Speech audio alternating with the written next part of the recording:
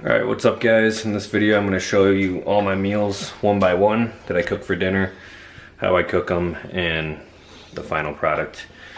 So basically I'm only making one meal a night, and it's dinner, and then for lunch when I'm traveling, when I'm working, I'm either eating Chick-fil-A, Chipotle, Panda Express, that kind of stuff. So if I make my own lunch, I use this Deli Fresh rotisserie seasoned chicken breast, and there's like 50 grams of protein in that entire thing, and I use low calorie bread, which is like 70 calories per 2 slices with low fat mayonnaise or mustard or something like that. So I eat that, and then I eat one of those Dannon Greek yogurts that are only 80 calories, and that's my lunch, and it's only 400 calories, and it's like 62 grams of protein altogether. So that's if I make my lunch. But usually on the go I'm eating Chick-fil-A, Chipotle, Panda Express, something like that. So tonight we're cooking, it's like kind of my own homemade Chipotle bowl. It's just going to be ground turkey. It's 93% lean, 7% fat.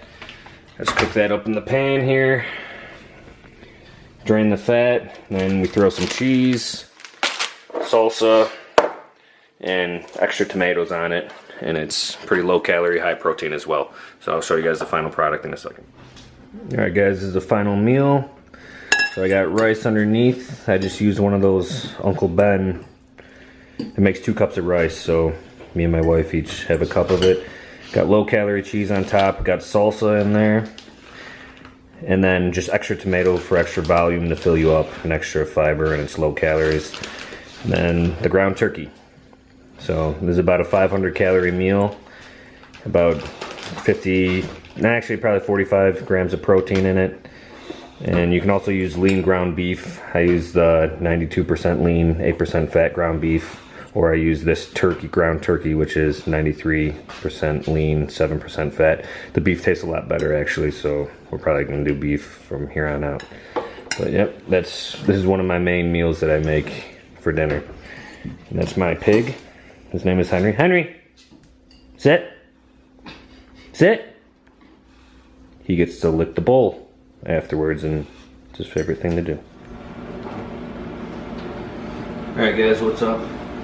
This is my breakfast smoothie, or I do this post-workout after a workout. This is what I eat. So basically, I start out with a cup of this triple berry blend. Remember, raspberries, blueberries, blackberries, strawberries. Those fruits are lower in calories, lower in sugar. So I use a cup of this, which is only 70 calories for a full cup, okay? So it's not that much. I got a half cup scooper, so 2 of those equals 1 cup. And I use one of these Fage, whatever, Greek yogurts.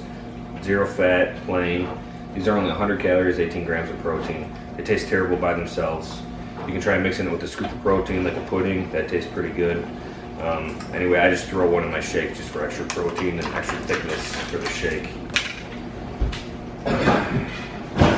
Just grab it like this, scoop it all out.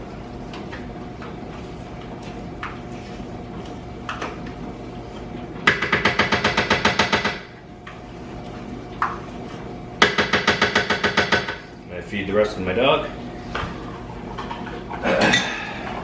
Then just find a protein that you like, whatever kind of protein, low carb obviously. This specific protein is 120 calories, 25 grams of protein. It's really sweet flavored, it's got a lot of flavor to it, and that's what's going to make your smoothie taste better. Put a scoop of that in.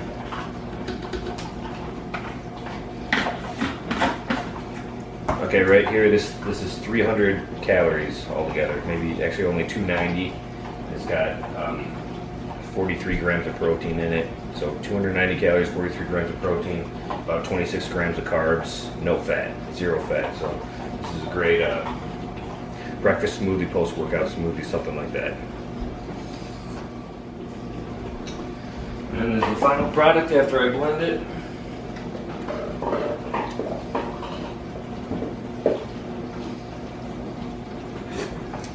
Tastes really good.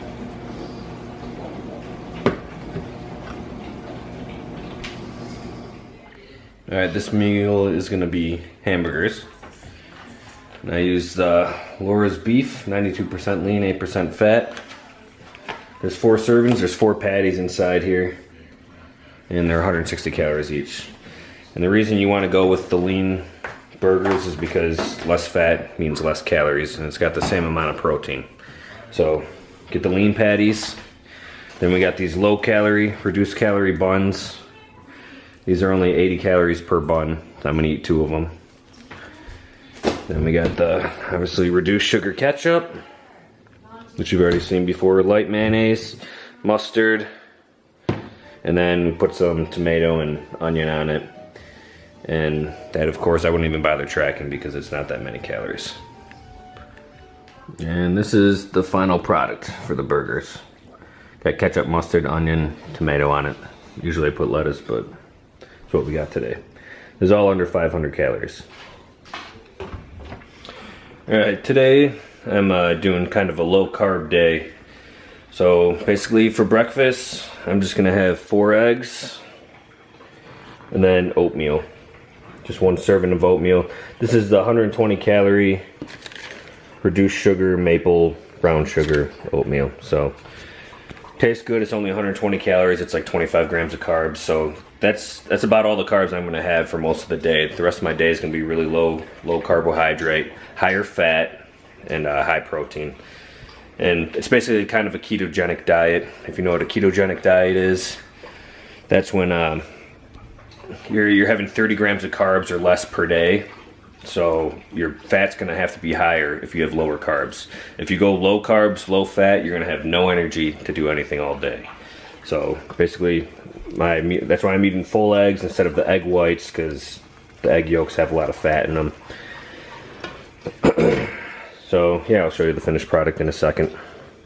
Oh, and make sure you always use a 0-calorie spray when you cook eggs. Don't you? Some of them actually have calories in them. Don't waste any calories on that.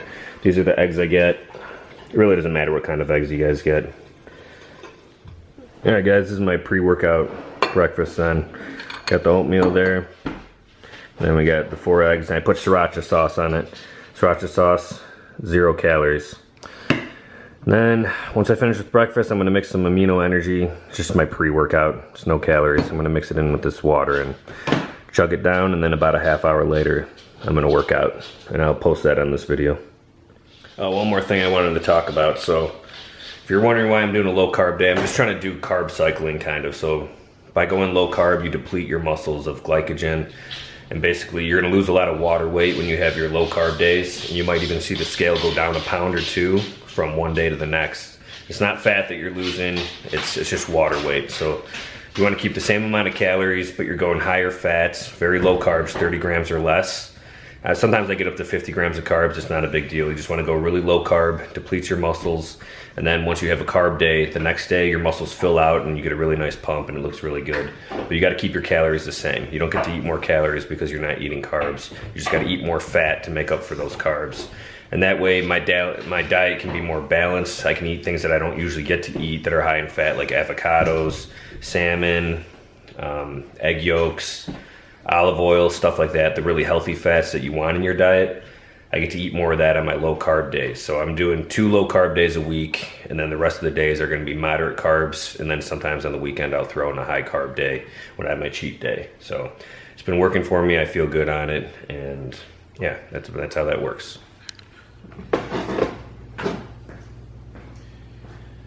Okay guys, I'm going to show you what I do for my home workout for back and bicep day. So obviously I've told you before my current routine. I'm usually doing 5 different exercises for back, and then I do 2 biceps at the end. But that's only if I can go to the gym and I got a bunch of different machines, cables, and all kinds of stuff like that. Your home gym, you're kind of limited. There's not as much you can do, but you can make it count for less exercises. So the first thing I'm going to do is rack pulls. I mean, if you can do deadlifts all the way down, that's probably the best thing to do. It kills my knee and just hurts my lower back. It's giving me pain, so I don't go all the way down. And plus, I'm not trying to build my legs on back day. I want to build my back. So I'm really worried about just targeting my back. So I do rack pulls. I got the bar set at about knee height, a little under knee height. And I'm just gonna, basically half of the deadlift. It's just the back movement of the deadlift. So it's really good for your traps, builds your traps a lot, and it builds your upper back and it builds back thickness. It makes you wider this way. From this angle, it makes me wider that way in my back. So it doesn't make you wide like pull-ups where you get big lats. It makes you wide. It just makes you thicker back thickness. So that's what these are for. I'm gonna hit this for maybe 5 by 5. We'll see how I'm feeling, but I would also invest, when you're doing heavier weight, you can do a lot of weight on this movement. I would invest in some straps because your grip strength just isn't going to be able to hang on to the bar for how much weight you're doing. So these things are cheap. Get them online. They're like $5, and it takes the weight off just your fingertips from having to hang on to it, so you can hold more weight. Because my back's a lot stronger than what I can actually grip and hang on to. So.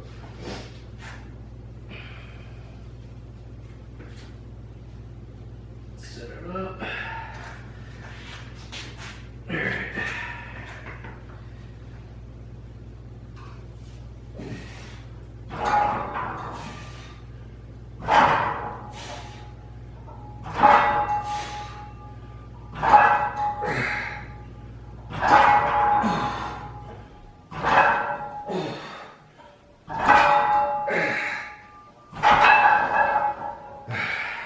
See, that was kind of easy, so for 5 by 5 I need to add some weight to that.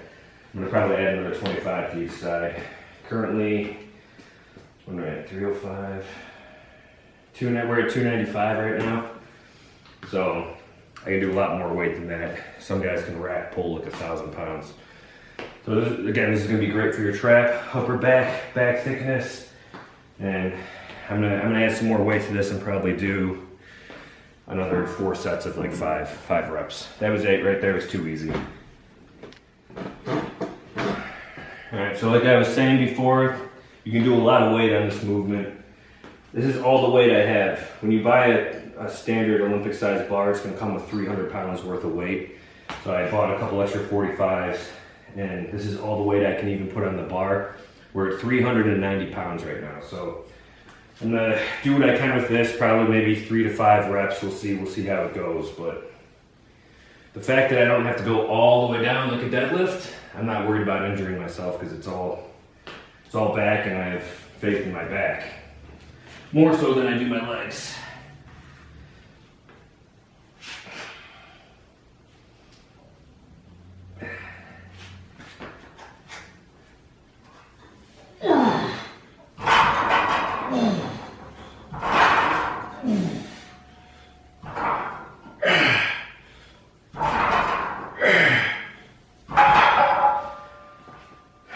So yeah, that's about the weight I need to be able to do 5 by 5. And again, if you don't have that much weight on your bar, then just do higher reps because you want to get the same workload. So just go higher reps if you don't have enough weight and it's too easy for you. So I'm going to finish that up.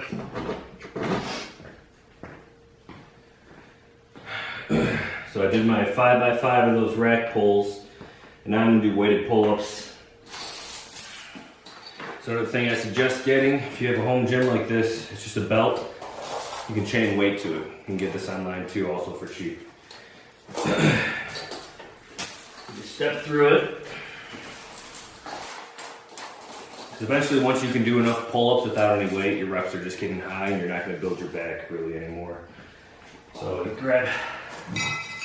Right now I'm only at 25 pounds worth of weight. I need to work myself. I haven't done these in a while. I've been going to the gym. I've been using cable machines a lot, so you can really tell, but nothing beats this exercise, weighted pull-ups. If you do those rack pulls and weighted pull-ups, wide grip pull-ups, of course, don't do the close grip. Wide grip to get your lats bigger. Those are the best 2 exercises for your back. You're going to build a huge back if you commit to both of those. And remember to lift heavy.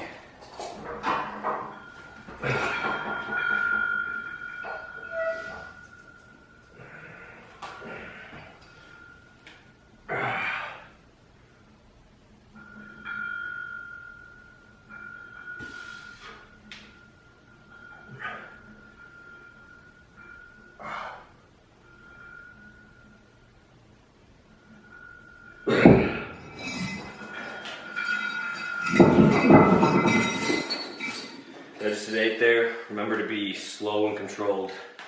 All the way up, all the way down. None of that kipping CrossFit shit. Just keep it under control and you can really feel your back stretch and taking the weight. And that's how you get wide lats. So I'm gonna do another 4 sets of that. Then after that, we'll move on to biceps. All right, so I did my 5x5 rack pulls, more like 5x8 for the weighted pull-ups. And now I'm gonna do biceps. So nothing beats a straight barbell bicep movement. It's the oldest one there is practically. Here, we got these are called fat grips. I recommend these as well. Not very expensive, I got mine for 20 bucks. What a fat grip does is make the bar, makes your grip have to hold a lot wider. It's really good for your forearms. Good forearm work, builds your forearms up, gets your grip strength really good. So I love doing biceps with these. Just put them on the bar, they open up. They're really thick, hard rubber. Adjust them to where your hand's gonna grip. And then guys, remember, you do a lot of weight on biceps as well. So people, you want your biceps to grow just like you want your back to get big, your chest, your legs, you want all those to get big. You want your biceps to get big too. So you have to lift heavy. So I'm gonna go for about 6 reps for this. And it's just that every muscle is the same. They all need heavy weight to stimulate and make them grow. So this is 95 pounds. This is quite a bit of weight to just be straight bar curling.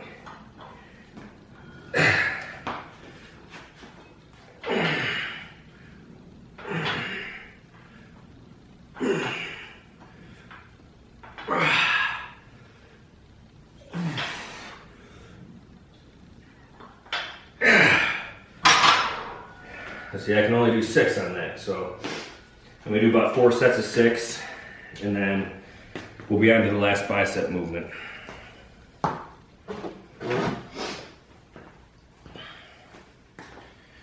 right, here's my last movement of the workout.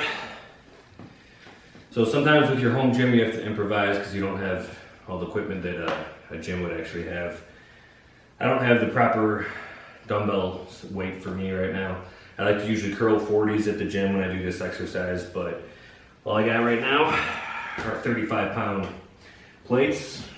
It's a little ghetto, but it'll work. It's the same thing. So I have to go a little lighter, but not a big deal. The only other dumbbells I have are 50-pound dumbbells. They're actual dumbbells, and that's just too big. So this is my actually top favorite bicep exercise. So you're gonna lay back, put a bench press on incline. You're gonna lay back and have your arms out to your sides like this. And just squeeze.